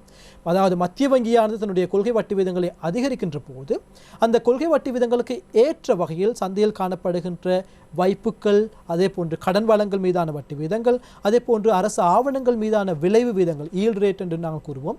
எனவே அவற்றுடைய வீதங்களும் கூட இந்த மத்திய வங்கியுடைய கொள்கை வட்டி வீதங்களுக்கு ஏற்ற வகையில் அவற்றுடைய போக்கு என்பது காணப்படுவதனை எங்களால் காணக்கூடியதாக இருக்கும், கட்டாயமாக இருக்கும். எனவே இலங்கை மத்திய வங்கியானது வட்டி வீதத்தை அதிகரிக்குமாக இருந்தால் கட்டாயமாக அந்த அதிகரிப்பானது சந்தையில் பிரதிபலிக்கப்பட்டு சந்தை வட்டி வீதங்களும் அதிகரிக்கும். அதே போன்று அரசாங்கத்தினுடைய பிணையங்கள் அல்லது அரசாங்கத்தினுடைய திரைசேரி உண்டியல்கள், திரைசேரி முறிகள் போன்றவற்றில் காணப்படுகின்ற விளைவு வீதங்களும் அவற்றுடைய வீதங்களும் கூட அதிகரித்து காணப்படுவதை எங்களால் காணக்கூடியதாக இருக்கும். அண்மையில் இந்த வரைபடத்தின் ஊடாக நான் சில விளக்கங்களை முன்வைக்கலாம் என்று நினைக்கின்றேன். குறிப்பாக மாணவர்களே, 2019 ஆண்டின் மே மாதம் தொடக்கம் 2021 ஆண்டு ஆகஸ்ட் மாதம் 18ஆம் தேதி வரைக்கும் இலங்கை மத்திய வங்கியானது தன்னுடைய நாணய கொள்கையினை ஒரு தளர்த்தப்பட்ட நாணய கொள்கையினை தான் பயன்படுத்தப்பட்டு வந்தது. அதாவது தளர்த்தப்பட்ட நாணய கொள்கை என்று பார்க்கின்ற போது அங்கு கொள்கை வட்டி வீதமானது குறைந்த மட்டத்தில் காணப்பட்டது, நியதி ஒதுக்கு விகிதமானது குறைந்த மட்டத்தில் காணப்பட்டது, வங்கி விகித மட்டமானது குறைந்த மட்டத்தில் காணப்பட்டது. எனவே ஆனால் 2021 ஆண்டு ஆகஸ்ட் 19ஆம் தேதி தொடக்கம் இந்த நாணய கொள்கையினுடைய அதனுடைய நிலைமையானது இறுக்கமாக்கப்பட்டது. எனவே தற்போது கொள்கை வட்டி வீதத்தினை இலங்கை மத்திய வங்கியானது அதிகரித்து கொண்டு வருவதனை எங்களால் காணக்கூடியதாக இருக்கின்றது. இங்கு மிக முக்கியமான விடயம் இந்த சுருக்க நாணய கொள்கை அல்லது அதே போன்று விரிவாக்கிய நாணய கொள்கை என்று பார்க்கின்ற போது மாணவர்களை நான் ஏற்கனவே கூறியது போன்று மத்திய வங்கியானது 2 வகையான அம்சங்களை கொண்டிருக்கின்றது. வட்டி வீதம், பண நிரம்பல், இந்த இரண்டிலும் சில தாக்கத்தினை ஏற்படுத்துவதற்காக நாணய கொள்கையினை கையாளுகின்றது. சுருக்க நாணய கொள்கை கருவிகளாக நாங்கள் பார்க்கின்ற போது கொள்கை வட்டி வீதங்களினை அதிகரித்தல், அதே போன்று ஒதுக்கு தேவைப்பாட்டினை அதிகரித்தல், பகிரங்க சந்தை நடவடிக்கைகளில் விரிவாக்கங்களை மேற்கொள்கின்றது. எனவே இவ்வாறு மேற்கொள்கின்ற போது சில விடயங்கள் பொருளாதாரத்தில் இடம்பெறலாம். உதாரணமாக மத்திய வங்கியானது விரிவாக்கிய நாணய கொள்கையினை கடைபிடிக்குமாக இருந்தால், அதாவது வட்டி வீதங்களை குறைக்குமாக இருந்தால் அந்த வட்டி வீதங்களானது சந்தையில் பிரதிபலிக்கப்பட்டு சந்தையிலும் கூட வட்டி வீதமானது வீழ்ச்சி அடையும். அதே போன்று அவ்வாறு வட்டி வீதமானது வீழ்ச்சி அடையுமாக இருந்தால் உங்களுக்கு தெரியுமானவர்களே குறைந்தளவான செலவு தான் தற்போது காணப்படுகின்றது. எனவே முதலீட்டாளர்கள் அதிகளவான பணத்தினை வங்கியில் கடனாக பெற்று முதலீட்டு நடவடிக்கைகளில் மேற்கொள்வதற்கான வாய்ப்புகள் காணப்படுகின்றன. எனவே வட்டி வீதத்தில் ஏற்படுகின்ற ஒரு வீழ்ச்சியானது முதலீடுகளை ஊக்குவிக்கின்றது. அடுத்த அம்சமாக வட்டி வீத வீழ்ச்சியானது நுகர்வையும் ஊக்குவிக்கும். எனவே ஒட்டுமொத்தமாக பார்க்கின்ற போது நுகர்வும் அதிகரிக்கும், முதலீடும் அதிகரிக்கும். இந்த இரண்டு அம்சங்களும் ஒரு பொருளாதாரத்தில் காணப்படுகின்ற மொத்த கேள்வி மட்டத்தினை அதிகரிக்கக்கூடியதாக இருக்கின்றது. எனவே அதாவது மத்திய வங்கியால் மேற்கொள்ளப்படுகின்ற நாணய கொள்கை நடவடிக்கைகள் இறுதியில் மொத்த கேள்வியில் ஒரு மாற்றத்தினை ஏற்படுத்துவதாக எங்களுக்கு அவதானிக்கக்கூடியதாக இருக்கின்றது. நாம் இந்த சுருக்க நாணய கொள்கை கருவிகளில் ஒன்றாக பகிரங்க சந்தை நடவடிக்கைகள் பற்றி கூறினீர்கள். பகிரங்க சந்தை நடவடிக்கைகள் பற்றிய மேலும் ஒரு விளக்கத்தை தர முடியுமா? இந்த பகிரங்க சந்தை நடவடிக்கைகள் என்று பார்க்கின்ற போது நாங்கள் ஏற்கனவே பார்த்திருந்தோம். நாணய கொள்கை நடைமுறைப்படுத்துகின்ற போது கொள்கை வட்டி விகிதங்கள் பயன்படுத்தப்படுகின்றன, நியதி ஒதுக்கு விகிதங்கள் பயன்படுத்தப்படுகின்றன. இங்கு பகிரங்க சந்தை நடவடிக்கை என்று பார்க்கின்ற போது குறிப்பாக இலங்கை மத்திய வங்கியானது இரண்டாம் தர சந்தையில் அரசாங்க ஆவணங்களை கொள்வனவு மற்றும் விற்பனை செய்கின்ற நடவடிக்கைகள் ஈடுபடுகின்ற செயல்முறையினை தான் நாங்கள் இங்கு பகிரங்க சந்தை நடவடிக்கை என்று கூறுகின்றோம். எனவே இங்கு பகிரங்க சந்தை நடவடிக்கைக்கு ஏற்ற வகையில் நாட்டில் காணப்படுகின்ற பண நிரம்பலினுடைய அளவானது மாற்றியமைக்கப்படுகின்றது. குறிப்பாக மத்திய வங்கியானது சில வேளைகளில் நாட்டில் பண நிரம்பலானது உயர்வாக காணப்படுமாக இருந்தால் அந்த உயர்வான பண நிரம்பலினை கட்டுப்படுத்துவதற்காக மத்திய வங்கியானது பகிரங்க சந்தை நடவடிக்கைகளில் அரசு ஆவணங்களினை விற்பனை செய்கின்ற நடவடிக்கைகளில் ஈடுபடுகின்றது. எனவே அவ்வாறு அரசு ஆவணங்களினை விற்பனை செய்யுமாக இருந்தால் அந்த அரசு ஆவணங்களினை வணிக வங்கிகள் கொள்வனவு செய்கின்றார்கள். அதே போன்று இலங்கையை பொறுத்தவரையில் முதல்நிலை வணிகர்கள், அதாவது பிரைமரி டீலர்ஸ் ஆகியோரும் கொள்வனவு செய்கின்றார்கள். எனவே வணிக வங்கிகள் மற்றும் பிரைமரி டீலர்ஸ் ஆகியோர் கொள்வனவு செய்கின்ற போது அந்த குறிப்பிட்ட பொருளாதாரத்தில் காணப்படுகின்ற பணத்தினுடைய நிரம்பல் என்பது வீழ்ச்சி அடைகின்றது. அதே போன்று மத்திய வங்கியானது பகிரங்க சந்தை நடவடிக்கைகளில் ஆவணங்களை கொள்வனவு செய்யுமாக இருந்தால், அதாவது அந்த குறிப்பிட்ட அளவான கொள்வனவிற்கு ஏற்ற வகையில் அந்த பணமானது சுற்றோட்டத்திற்கு உள்வாங்கப்படுகின்றது. எனவே அவ்வாறான சந்தர்ப்பங்களை கொள்வனவு செய்கின்ற போது வணிக வங்கிகள் மற்றும் பிரைமரி டீலர்ஸ் அதே போன்று ஆகியோரிடம் அங்கு ஒதுக்கு மட்டமானது உயர்வாக காணப்படுகின்றதன் காரணத்தினால் பண நிரம்பலுடைய அளவு என்பது உயர்வாக காணப்படுகின்றது. எனவே கொள்வனவு மற்றும் விற்பனை செய்கின்ற போது அவற்றுக்கு ஏற்ற வகையில் பணத்தினுடைய நிரம்பல் என்பது பொருளாதாரத்தில் அதிகரிக்கின்றலாம் அல்லது குறைவாக காணப்படுகலாம். இந்த இரண்டு விடயங்களையும் அடிப்படையில் வைத்து பார்க்கின்ற போது அண்மையில் ஒரு வினா தரப்படுகின்றது. 2020ஆம் ஆண்டு ஒரு வினா தரப்பட்டிருக்கின்றது. உயர்தர பரீட்சையில் ஒரு பல்தேர்வு வினா. மத்திய வங்கியானது திறந்த சந்தையில் பிணையங்களை விற்பனை செய்கின்ற போது அதன் விளைவாக பின்வருவனவற்றில் எது ஏற்படும்? எனவே இங்கு மிக முக்கியமாக என்ன அம்சம் தரப்பட்டிருக்கின்றது கேட்டால், மத்திய வங்கியானது விற்பனை செய்கின்ற போது பிணையங்களை விற்பனை செய்கின்ற போது பண நிரம்பல் மற்றும் வட்டி வீதம் ஆகிய இரண்டு மாறிகளுக்கு அல்லது அதே போன்று பண கேள்வி போன்ற விடயங்களில் எவ்வாறான தாக்கத்தினை செலுத்தலாம் என்று நாங்கள் ஒரு குறிப்பிட்ட ஒரு வரைபடத்தின் ஊடாக இதனை நாங்கள் விளங்கப்படுத்தலாம் என்று பார்க்கின்றேன். உங்களுக்கு தெரியும் மாணவர்களை, நான் ஏற்கனவே கூறியது போன்று பிணையங்களை விற்பனை செய்கின்ற போது அந்த குறிப்பிட்ட அளவான பிணையங்களினை வணிக வங்கிகள் அதே போன்று முதல்நிலை வணிகர்கள் கொள்வனவு செய்கின்றார்கள். எனவே அவ்வாறு கொள்வனவு செய்கின்ற போது நாட்டில் பணத்தினுடைய நிரம்பல் மட்டம் என்பது வீழ்ச்சி அடைகின்றது. எனவே ஆரம்பத்தில் நாங்கள் E1 என்கின்ற சமநிலை புள்ளியில் காண்கின்றோம். எனவே இது பணத்துக்கான கேள்வியினுடைய வலை, இது பணத்திற்கான நிரம்பலினுடைய வலை. பணத்துக்கான நிரம்புடைய வலை என்பது எப்போதுமே குத்தச்சிற்கு சமாந்தரமாகத்தான் காணப்படும். ஏனென்று கேட்டால் பணத்தினுடைய நிரம்பலை தீர்மானிப்பது அந்த நாட்டினுடைய மத்திய வங்கியாக காணப்படுகின்றது. எனவே ஆரம்ப சமநிலை புள்ளி E1ஆக காணப்படுகின்றது. தற்போது மத்திய வங்கியானது திறந்த சந்தையில் பிணையங்களை விற்பனை செய்கின்றதன் காரணத்தினால் பணத்தினுடைய நிரம்பல் மட்டமானது வீழ்ச்சி அடைகின்றது. எனவே அவ்வாறு வீழ்ச்சி அடைகின்ற போது தற்போதைய வட்டி வீதம் என்பது 6லிருந்து 6.1ஆக அதிகரித்து காணப்படுகின்றது. எனவே பண நிரம்பல் ஒரு பக்கம் வீழ்ச்சி அடைகின்றது, அதே போன்று வட்டி வீதம் என்பது இங்கு அதிகரிக்கின்றது. இது குறிப்பாக ஒரு நாட்டினுடைய பணச்சந்தையில் இடம்பெறுகின்ற சம்பவத்தினை தான் இந்த வரைபடமானது இங்கு காட்டி நிற்கின்றது. எனவே இங்கு தரப்பட்ட விடையின்படி நாங்கள் பார்க்கின்ற போது மிக முக்கியமாக 4வது விடை என்பது தான் சரியான விடையாக காணப்படுகின்றது. பண நிரம்பலானது வீழ்ச்சி அடைகின்றது.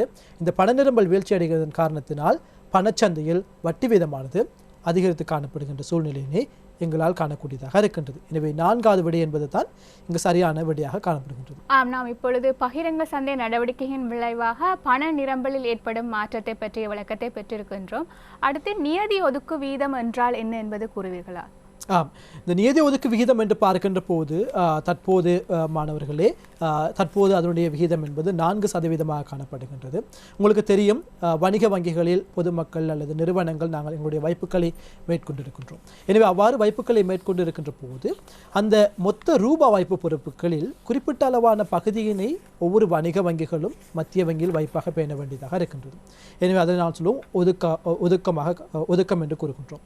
எனவே அந்த ஒதுக்கத்தினை தீர்மானிக்கின்ற அளவு அந்த ஒதுக்கினுடைய அளவினை தீர்மானிக்கின்ற ஒரு மிக முக்கியமான அம்சம்தான் இந்த நியதி ஒதுக்கு விகிதம். எனவே மத்திய வங்கியானது நியதி ஒதுக்கு விகிதத்தினை அதிகரிக்குமாக இருந்தால் குறிப்பாக வணிக வங்கிகள் தற்போது அதிகளவான பணத்தினை மத்திய வங்கியிடம் வைப்பாக பேண வேண்டியதாக இருக்கின்றது.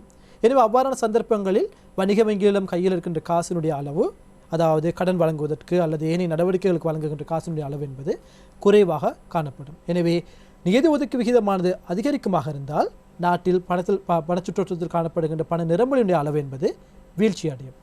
அதே போன்று மத்திய வங்கியானது நியதி ஒதுக்கு விகிதத்தினை குறைக்குமாக இருந்தால், அதாவது தற்போது குறைந்தளவான பணத்தினை தான் வணிக வங்கிகள் மத்திய வங்கியில் வைப்பாக பேணக்கூடியதாக இருக்கும். எனவே அவ்வாறான சந்தர்ப்பங்களில் வணிக வங்கியிடம் அதிகளவான பணம் காணப்படும். எனவே அதிகளவான பணத்தினை வைத்திருக்கின்ற போது அவற்றினை கடன் வழங்குவதன் ஊடாக அந்த பொருளாதாரத்தில் பண நிரம்பலானது அதிகரிக்கும். எனவே இந்த இரண்டுக்கும் இடையே பண நிரம்பல் அதே போன்று நியதி ஒதுக்கு விகிதம், எனவே இந்த இரண்டு மாறிகளுக்கும் இடையே இங்கு எதிர்க்கணைய தொடர்பு தன்மை காணப்படுகின்றது. நியதி ஒதுக்கு விகிதம் அதிகரிக்கின்ற போது பண நிரம்பலானது வீழ்ச்சி அடைகின்ற அதே வேளை நியதி ஒதுக்கு விகிதம் வீழ்ச்சி அடைகின்ற போது பண நிரம்பலானது இங்கு அதிகரித்து காணப்படுகின்றது.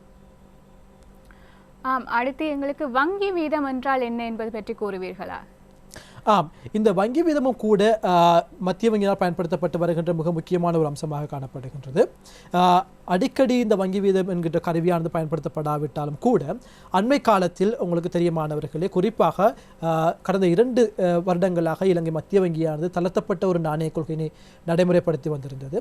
எனவே அதன் ஒரு அம்சமாக, அதாவது குறிப்பாக அனைத்து வட்டி வீதங்களையும் ஒரு சிங்கிள் டிஜிட், அதாவது குறிப்பிட்ட ஒரு ஒற்றை இலக்க மட்டத்தில் பேண வேண்டும் என்கின்ற ஒரு கரிசனையின் அடிப்படையில் மத்திய வங்கியானது இந்த வங்கி வீதம் என்கின்ற அளவினையும் கூட அண்மை காலத்தில் குறைத்திருந்தது. குறிப்பாக 15% காணப்பட்ட வங்கி வீதமானது 8.5% அதனுடைய மட்டத்தினை குறைத்திருந்தது.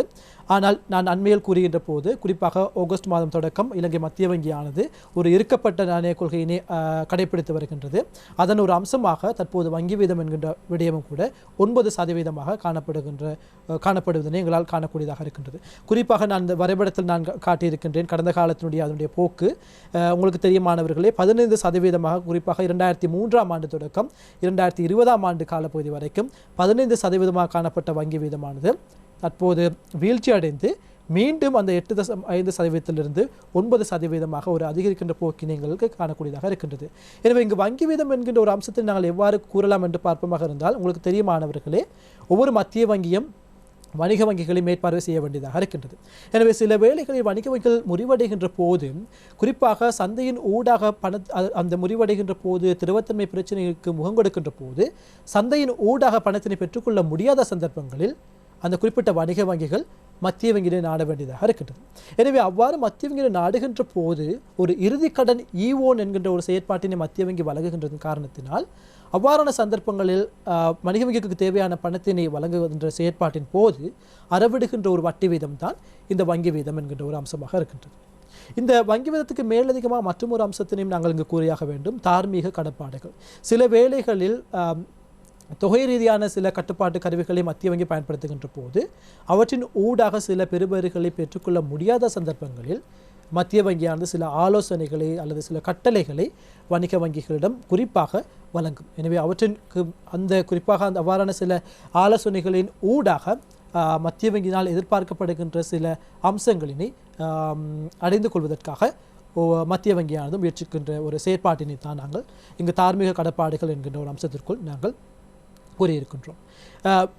இறுதியாக நாங்கள் கட்டாயமாக கூற வேண்டியதாக இருக்கின்றது மாணவர்களே, அண்மையில் கூட அதாவது அக்டோபர் மாதம் 1ஆம் தேதி இலங்கை மத்திய வங்கியினுடைய ஆளுநர் திரு அஜித் நிவாட் கப்ரால் அவர்களினால் பேரண்ட பொருளாதாரம் மற்றும் நிதியியல் முறைமை உறுதிப்பாட்டினை நிச்சயப்படுத்துவதற்காக ஒரு 6 மாத கால வழிகாட்டல் என்கின்ற ஒரு அம்சமானது வெளியீடு செய்யப்பட்டது. இந்த வழிகாட்டல் என்கின்ற அம்சம் என்பது இலங்கையினை பொறுத்தவரையில் 2007ஆம் ஆண்டு தொடக்கம் இவ்வாறான வழிகாட்டல்களை நாங்கள் ஒவ்வொரு வருடமும் ஜனவரி மாதம் வெளியிட்டு வருவது வழக்கம்.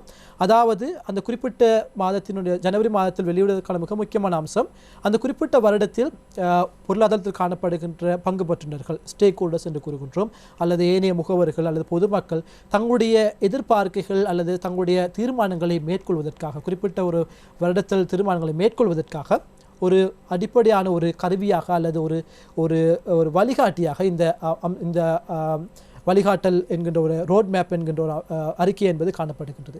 எனவே இவற்றுக்கு ஏற்ற வகையில் முதலீட்டாளர்கள், சேமிப்பாளர்கள், பொதுமக்கள் தங்களுடைய தீர்மானங்களை, எதிர்கால தீர்மானங்களை மேற்கொள்ளக்கூடிய வகையில் இந்த இலங்கையினுடைய மத்திய வங்கியானது இந்த அறிக்கையினை ஒவ்வொரு வருடத்தினுடைய ஆரம்ப பகுதியில் வெளியிட்டு வருவதனை எங்களால் காணக்கூடியதாக இருக்கின்றது. எனவே இதுவும் கூட ஒரு வகையில் ஒரு மத்திய வங்கியினால் பயன்படுத்தப்பட்டு வருகின்ற ஒரு கொள்கை கருவி என்று தான் நாங்கள் கூற வேண்டியதாக இருக்கின்றது. இந்த கருவியினை நாங்கள் ஒரு பண்புசார் ரீதியான ஒரு கருவியாக நாங்கள் பயன்படுத்தலாம். உங்களுக்கு தெரியும் மாணவர்களே, அண்மை காலங்களில் அதாவது வளர்ச்சி அடைந்த நாடுகளுடைய மத்திய வங்கிகள் ஃபோர்வர்ட் கைடன்ஸ் என்கின்ற முன்னோக்கிய வழிகாட்டல் என்கின்ற ஒரு கருவியினை பயன்படுத்தப்பட்டு வருகின்றது. எனவே அந்த கருவியினை சேர்ந்த ஒரு அம்சமாகத்தான் நாங்கள் இந்த ரோட் மேப், அதாவது வழிகாட்டல் என்கின்ற ஒரு விடயத்தினை நாங்கள் இங்கு அவதானிக்கக்கூடியதாக இருக்கின்றது. ஆம் மாணவர்களே, இன்று நாம் இந்த நிகழ்ச்சியிலே பணம், பணவீக்கம் மற்றும் நாணய கொள்கை தொடர்பான விடயங்களை கலந்துரையாடி இருந்தோம். இந்த விடயங்களை எமக்கு தெளிவாக வழங்கிய திரு கேசவராஜா அவர்களுக்கு எமது நன்றிகள். இங்கு கலந்துரையாடிய விடயங்கள் மாணவர்கள் தங்கள் பரீட்சையிலே சிறந்த பெறுபேறுகளை பெறுவதற்கு உதவும் என்று நம்புகின்றோம். மாணவர்கள் சிறந்த பெறுபேறுகளை பெறுவதற்கு எமது நல்வாழ்த்துக்களையும் தெரிவித்துக் கொள்கின்றோம். மீண்டும் ஒரு நிகழ்ச்சியில் உங்கள் அனைவரையும் சந்திக்கும் வரை உங்களிடமிருந்து விடைபெறுகின்றோம். வணக்கம்.